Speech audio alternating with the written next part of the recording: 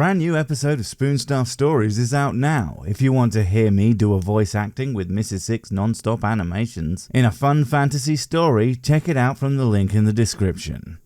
In the center of the United States, we find hundreds and hundreds of crabs, and it's hundreds and hundreds of thousands of giant war crabs, waiting for the day Mount Rushmore blinks, and then my crab army will storm Kentucky and liberate all the bourbon factories, in the name of, me. After that, I'll have my swarm of battle cacti invade Scotland, and my platoon of combat bricks do the same in Ireland. And then I'll have all the whiskey production I could possibly need, for at least a couple of weeks.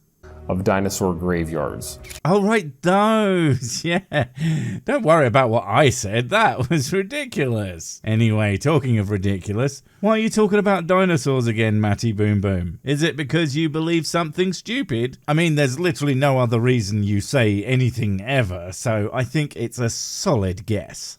Each one of these dots that you see represents a graveyard that contains sometimes hundreds of thousands of fossils. And I wonder who found the lion's share of those.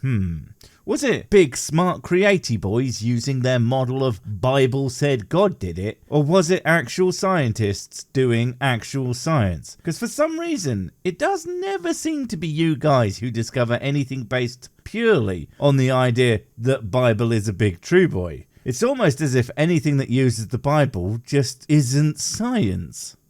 Many of these dinosaurs are found fully intact, and we've discovered that they died from choking on mud. No, we fucking don't. What are you talking about? Oh, right. I know what he's doing. The classic creationist gambit of, instead of doing science at something, they say, hey, I think this looks like X. It must be X, because that superficial reading confirms my narrative. But no, they look like they am drowning line of research is immediately smashed to bits by actual research, which shows the reason for this particular pose being so common in dino fossils. It's because during decomposition, the material along the back of the dinosaur becomes taut and they curl in on themselves. Well, it's either along the back or the spine, but whatever, you get my point. It makes sense when you think about it, but that's the problem. Thinking. It's so difficult, isn't it, Matt?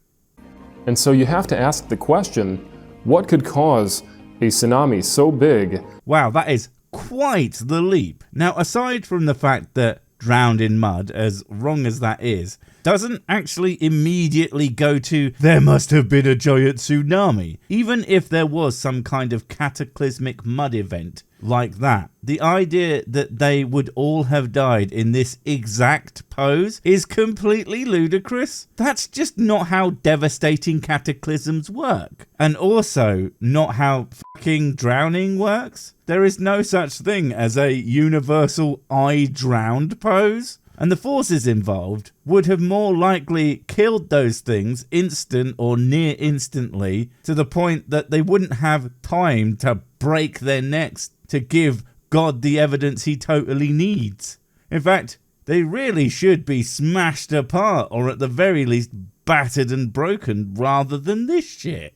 That it would encompass the entire United States, or at least half of the United States. I'm sorry, half? Half? I mean, I know that the USA is the center of the known universe, but during a worldwide flood, one that washed away all land creatures, the point of Noah's Ark even being a thing, it would cover everything. So the fact that your supposed evidence seems to be telling you that it didn't do that might make a smarter man pause for thought. But not Matt, of course. He knows that the more wrong you sound, the more right you must be, because God wants people to look like idiots, I guess. Do you think maybe Matt's a test for the rest of us? We get up to heaven, God is real, and he's like, thank goodness you weren't a creationist. We burn those fuckers for heat. And bury hundreds of thousands of creatures and sea life together, all in one large event. That's always one that gets me. There's so many problems when you start thinking about aquatic life when it comes to Noah's flood. First off, why do all the land animals have to get specifically killed on purpose and saved, etc? Although that's not actually what would have happened, seeing as so much aquatic life would have been wiped out in such a flood. I mean, the freshwater creatures alone would definitely have gotten real up. And then there's the fact that different parts of the ocean have different properties, and it would have done similar things to various creatures from those. And none of them get saved by some sort of underwater Noah. Of course, it would make sense that they would have been left out of the writers of the Bible when they didn't really understand or account for the idea, but then that would mean that they weren't divinely inspired, and that can't be right. Must be the work of Satan, I guess. There is no other option other than a global flood. There really isn't no other option. In fact, there are lots of options. I mean, even if your evidence was what you think it is, there are still other possibilities, like local floods, which did happen a lot, and on fairly large scales. Or it could have been some kind of mud-based serial killer dinosaur traveling the lands, murdering vast numbers of its dinosaur brethren, and the dinosaur police were always just one step behind. Or it could have been the dinosaur wars, where with their advanced tech they made each other drown where they stood. But that tech was eventually banned as a war crime, and that's why we haven't found the Drowndomator 5000 after all these years. Hey, those last two might sound silly, but none are as bad as the people I made, including all the babies, are all evil, and that's not what I meant to do, even though I'm utterly perfect in every way. Let's start again. Except he's not doing that, because he's still using humans from that same first faulty batch, because God has never heard of the definition of insanity, apparently, and or is a moron. And in order to get a fossil, you have to have rapid burial. And so that's the only explanation why we would find these dinosaurs buried and preserved in the positions that we find them. Aside from the rapid burial thing, none of that is true. Also, which part of the Bible told you about the rapid burial thing? Because I've been looking through it and I just can't find it. In fact, none of the scientific facts we know today are in there. I mean, I don't expect all of them necessarily, but literally none of them. You would think that would be the simplest way for an all-knowing God to prove that's what he was. And yet basically every explanation for things in the natural world is some wildly fanciful nonsense that involves nothing but magic. Odd. And within some of these dinosaurs, we find preserved blood cells.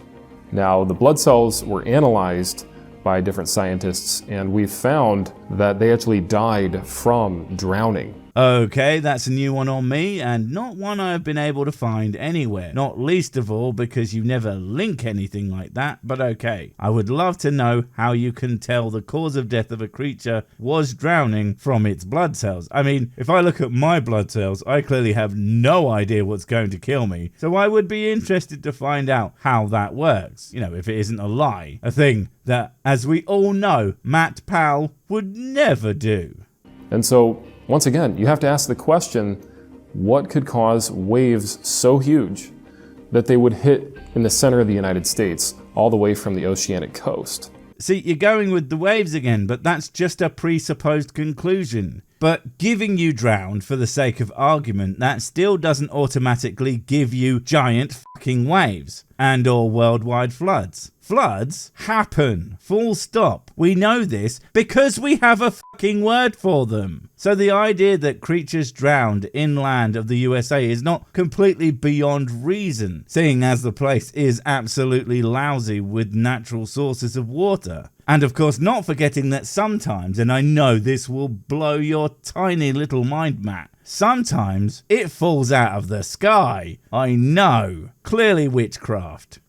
Noah's flood is the explanation for these things. No, Matt, it's your explanation for these things, and it's an extremely poor one that doesn't account for all the other evidence surrounding them, and doesn't provide any evidence that it even happened at all, the way it is claimed in your big book of totally true stories that weren't written by unscientific morons to trick idiots into thinking that they know what they're talking about. In fact, it is the only explanation. Categorically wrong. In fact, even in science, there are always lots of explanations, and the only thing that differentiates the one that we use over the ones that we don't is the fact that the one we use will be the one that explains the evidence we have best, as in as much of it as possible, preferably all, without any of it contradicting itself. So to say that this is the only explanation proves that Matt is the scientific equivalent of a bucket of sick. And no, I don't mean the one on my head.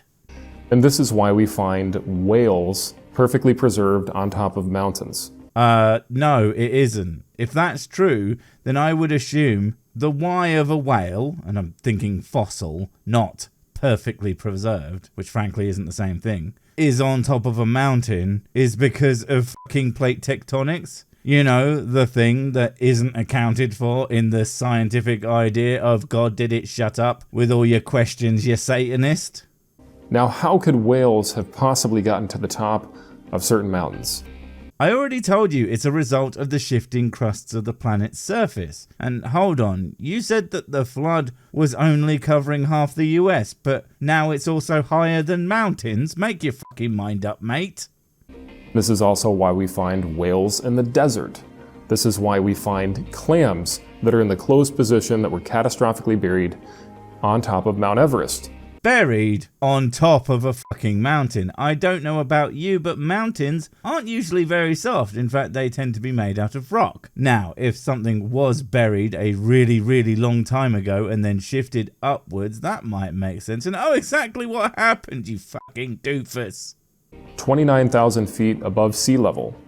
We also find trees going through all of the different layers of supposed geologic time. Jesus, you really are a deeply uncurious individual, aren't you, Matt? I see something like that and I think, wow, how did that happen? And I look it up and I read about it and I try my best to understand. However, you see it and go, wow, God did it. Moving on. What an incredibly sad way to exist. There must be so much to life that just passes you by when you have no interest in actually understanding it. Because, of course, you assume you already do understand it, you know, like a smart person does. People think that these layers are millions of years of different time zones. As I understand it, no, they actually don't. While these upright fossils are buried in sedimentary layers, they aren't found in ones millions of years apart. They are either found in one singular large layer or found in layers that form in rapid succession, as you would expect near, say, a volcano, which they are often found by. And not only that, there is often evidence that they began growing again, only to be buried once more when the volcano does a big hot rock poo-poo. And then there's the fact that we see fossilized forests where a tree has been buried and the erosion has worn away the softer material to expose the more solid trees. So it would in fact be entirely possible for a tree to span multiple layers separated by millions of years. Although again, that's literally something no one is saying happened. If you have a tree that was placed there at the time of the formation of the layers around it, that means that the layers are not millions of years of different ages. The placed there wording is a little weird, but I'm going to ignore it because he's so close to the correct explanation. But he's just, of course, going to completely miss it. Yes, Matt, there aren't millions of years apart because that's it. They aren't millions of years apart because not all layers take millions of years to form. Some form rather quickly, but critically, some do take a long time to form and exist and are out there and completely decimate the idea that the planet is younger than the average shelf life of a McDonald's cheese slice. We also find coal deposits that are over 100 feet thick. Now, coal comes from vegetation and different organisms that have been smashed together between sediments. Well, I have no idea if that's true. Again, can't find any info on it. And of course, Matt needs to keep all his research secret just in case we use it to, I don't know, have premarital sex or something. But considering that we know how coal is formed, and I have to give him props for actually being right about it being biomass and not dead dinos, but it definitely doesn't form in about the time it takes to cook a microwave dinner or whatever. In fact, it takes, drumroll, millions of fucking years. Something that is just a little bit longer than the creation model. How in the world are you going to get a coal deposit that's over 100 feet thick? I'm not sure I see why that would be a problem. Maybe I'm just stupid. Well, I definitely am, but that seems relatively reasonable. I mean, the world is huge. So big that 100 feet or about 33 meters in real money just doesn't sound that outrageous. Again, if that's true, and if it is true, I also have no idea how Big Flood do it is a more reasonable explanation than whatever the science would actually say about it. This shows us that the pre-flood world was extremely lush.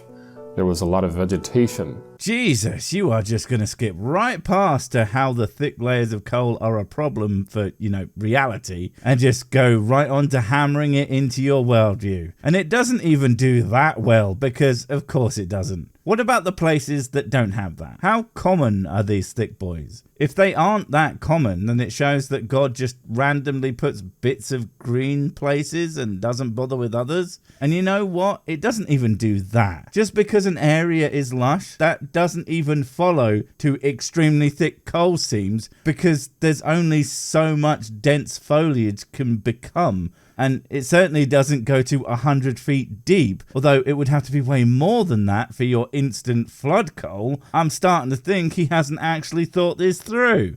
There was large animals, dinosaurs, that were all buried together with trees and with different organic materials and creating massive amounts of coal.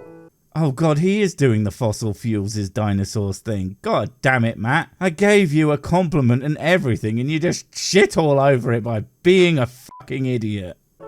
Now, mountains themselves are great proof of Noah's flood. Really? Because that's like the complete opposite of true. They are great proof for the things that they evidence. Because, that's how science works, right? This goes back to your extremely uncurious mind, because you see something and think it proves the thing I already believe and know to be true. And then everyone else says, that's interesting. I wonder why that's that way, and then actually try to figure it out. If you look at the layers of some of these mountains, you'll notice that all of the layers are bent. You cannot bend hard rock. Yes, you can. You can bend almost anything if you have enough heat and pressure. And when mountains start underground, the place that's full of heat and, what's the other one again? Oh yeah, pressure. Then you sure as shit are gonna get rocks that are bent. Stop saying things that are wrong, Matthew. That means that all of these layers were moist when they were laid down, and then when the plates were moving, they were bent upwards as all of them were pliable, and all of them solidified together in one event. Wait, what? What plates? Is there plate tectonics in creationism? But then how is that even possible? We know the rates at which plates move, and it's fucking slow. They don't move rapidly. So how did this sudden move up high enough to show off your wet bent rocks thing work?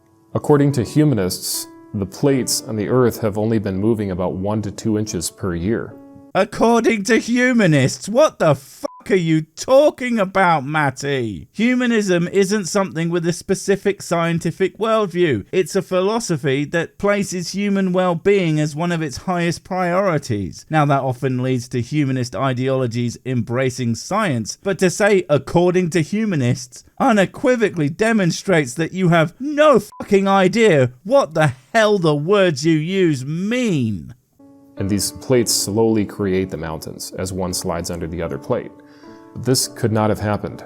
These mountain ranges that we see would have shattered and broken. They would have eroded flat. You cannot bend hard rock. What the f*** are you prattling about? The idea that they would shatter is completely nonsensical gibberish. And why do they shatter when going slow, but they don't shatter when your magic Bible plate tectonics comes into play that the wet rocks bend around supposedly? I don't think you know what any words mean, full stop. You don't know what erosion is, you don't know what humanists are, and I would be fucking amazed at this point if you even understood that the Bible was a frickin' book. You're an idiot, Matt, and you need to stop this before you accidentally decapitate yourself with a spoon. Wait, before you go, I have something super important to tell you. It's life or death. It will change everything forever. Nope, wait, it's gone.